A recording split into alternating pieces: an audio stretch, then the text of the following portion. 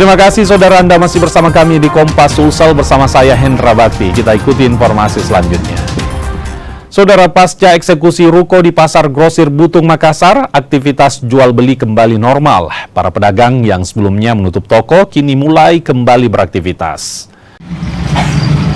Aktivitas jual beli di Pasar Grosir Butung, Makassar kini kembali normal. Pedagang yang sebelumnya menutup toko kini kembali membuka toko mereka. Sebelumnya, aktivitas pasar grosir itu terhambat setelah adanya eksekusi ruko di lantai 2 dan lantai 4 pasar. Eksekusi sempat diwarnai penolakan pihak pengurus KSU Bina Duta dan sejumlah pedagang. Ya, setelah insiden kemarin itu besoknya sudah normal kembali. Kemudian pada hari H memang tutup atau seperti apa? Tanggal 1 itu?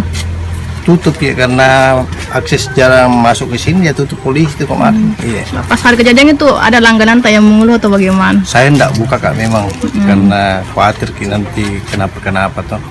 Terus pokoknya dari daerah itu pasti kan orang liriknya di Pasar Butung untuk berbelanja karena memang ada beberapa perbedaan antara pasar yang ada di sana dengan pasar yang di sini. Pasti kan lebih murah di sini kan, karena sistemnya apalagi kan memang pusat dari Makassar itu memang ekornya kan memang di Pasar Butung, apa-apa kan Pasar Butung. Kalau keliling-keliling bagaimana kita lihat pasarnya ya Bu? Keliling-keliling enak, aman dan nyaman juga untuk berbelanja, tidak panas, itu penting karena kan kebutuhannya konsumen memang kan sangat dibutuhkan di sini adalah kenyamanan.